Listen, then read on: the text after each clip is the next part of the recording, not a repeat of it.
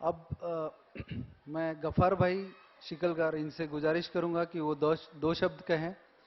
वो समाज की हमारी अभी की स्थिति और हमें क्या करना चाहिए, सेल्फ एम्प्लॉयमेंट और एजुकेशन, इस बारे में क्या करना चाहिए, इसके बारे में विचार विमर्श करेंगे। शुक्रिया।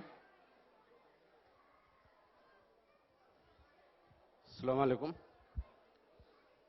मैं भाषण तो देना नहीं चाहता हूं, लेकिन जो एक अपनी आप बीती रहती या तो कुछ एक्सपीरियंस है वो मैं शेयर करना चाहता हूं।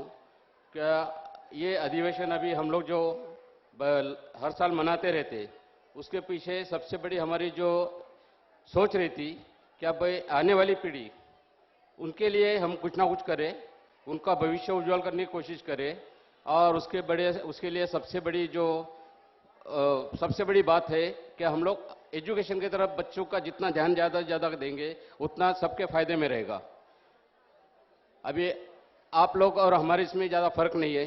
हमारा भी जो बचपन जो गुजरा है इसी तरह से गुजरा है। बच्चे माँ बाप भी हमारे पढ़े लिखे नहीं थे, उनके जो भी लोहारी का काम करते थे।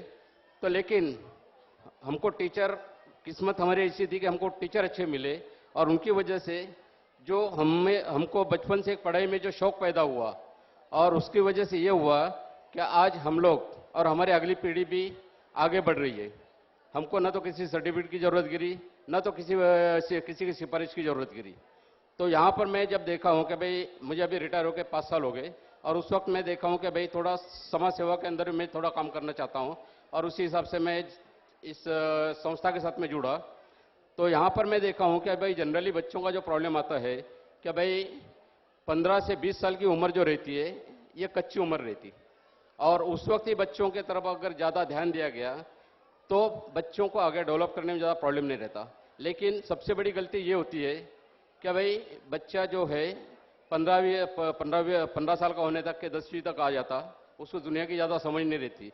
लेकिन जब वो समझना शुरू करता है तो वो अपनी दुनिया में चला जाता, न तो माँ बाप का उसकी तरफ ध्यान रहता, न तो वो उसका पढ़ाई में ध्यान रहता। और वो पढ़ाई नहीं कर रहा तो माँ बाप भी सोचते कि भाई चलो इसको किसी धंधे में लगा दे। और अभी कच्ची उम्र के अंदर उसके ऊपर जो काम का बोझ आता है उसकी वजह से पढ़ाई नहीं करता, लेकिन उसके वजह से उसकी पूरी जिंदगी आगे बर्बाद होती है। और जैसा अभी हम लोग देखते हैं कि हमारी पीढ़ी के भी 70% लोग यही बोलते हैं कि भाई अगर हम लोग तो उस वक्त अगर ध्यान देते तो आज हमारी ये नौबत नहीं आती थी, हमारे बच्चे भी कई अच्छी जगह पे रहते थे।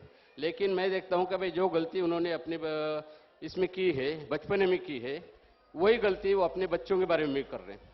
अभी हम लोग देख रहे हैं कि भाई 5 साल के अंदर हमने बहुत सारे अधिवेशन ले रहे हैं, उसके अंदर बहुत सारे लोगों को पढ़ाई के बारे में बता रहे।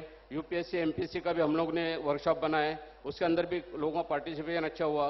और सबसे बढ़िया बात यह है कि आप लोगों को सर्टिफिकेट का बहुत बढ़िया जरिया है।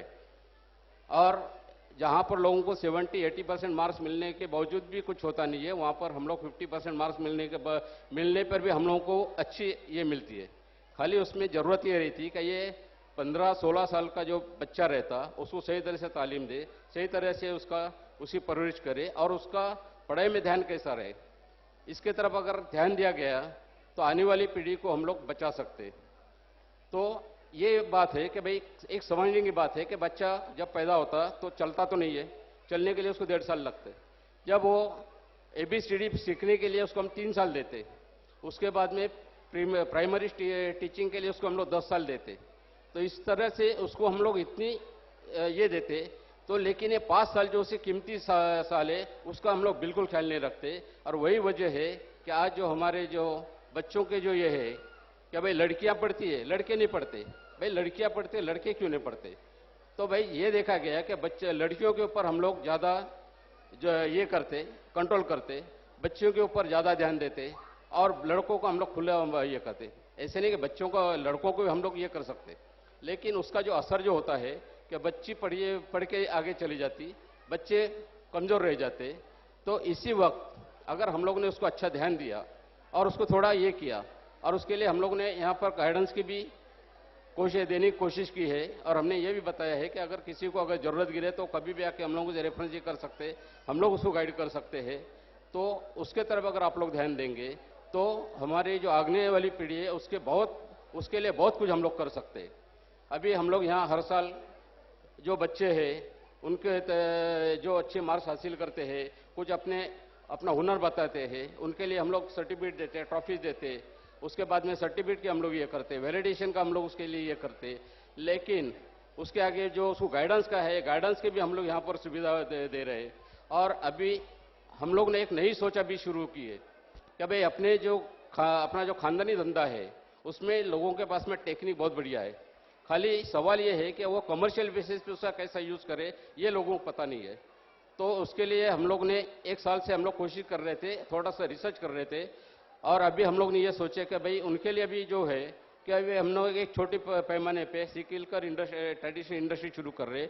और उसकी वजह यह है कि कौन कितना पैसा डाल रहा है, उसके बदले में हम लोग ने ये करिए कि भाई 4-5 लोग हम लोग मैनेजमेंट के आदमी हैं जिसको उसमें अच्छा नॉलेज है, अच्छे पोस्ट पे उन्होंने काम किया है। और कमर्शियल एक्टिविटी, कॉर्पोरेट एक्टिविटी कैसी होती है, कॉर्पोरेट काम कैसा होता है, ये हमारे पास में एक्सपीरियंस है। और हम लोग ने एक 8-10 लोगों को जो टेक्निकल नॉलेज है, जिनका ये अच्छा है, तो उनको हम लोग साथ में लेके अभी हम लोग प्रोडक्शन एक्टिविटी कर रहे हैं। और उसके अंदर ये है कि भाई उसके अंदर हम लोग ज़्यादा से ज़्यादा लोगों को आगे बढ़ाने की कोशिश कर रहे हैं। और उसका वजह ये रहेगा कि भाई लोगों को अपने बच्चों को उसमें डेवलप करने का एक मौका मिलेगा। तो बस मेरी यही गुजारिश है कि भाई हम लोग पढ़ाई के बाद में खाली सर्विस के पीछे जो करते हैं, उसके बदले में हम सेल्फ एम्प्लॉयमेंट की तरफ भी ज़्यादा से ज़्यादा ध्यान दे सकते हैं। और सेल्फ एम्प्लॉयमेंट हम लोग उसके लिए भी जो भी ट्रेनिंग जो चाहिए वो भी हम लोग देने के लिए तैयार है। और उसके लिए गाइडेंस भी जो रहेगा वो भी हम लोग देने के लिए तैयार है, ताकि आने वाले पीढ़ी का भविष्य अच्छा हो। बस इतना 2 शब्द बोल के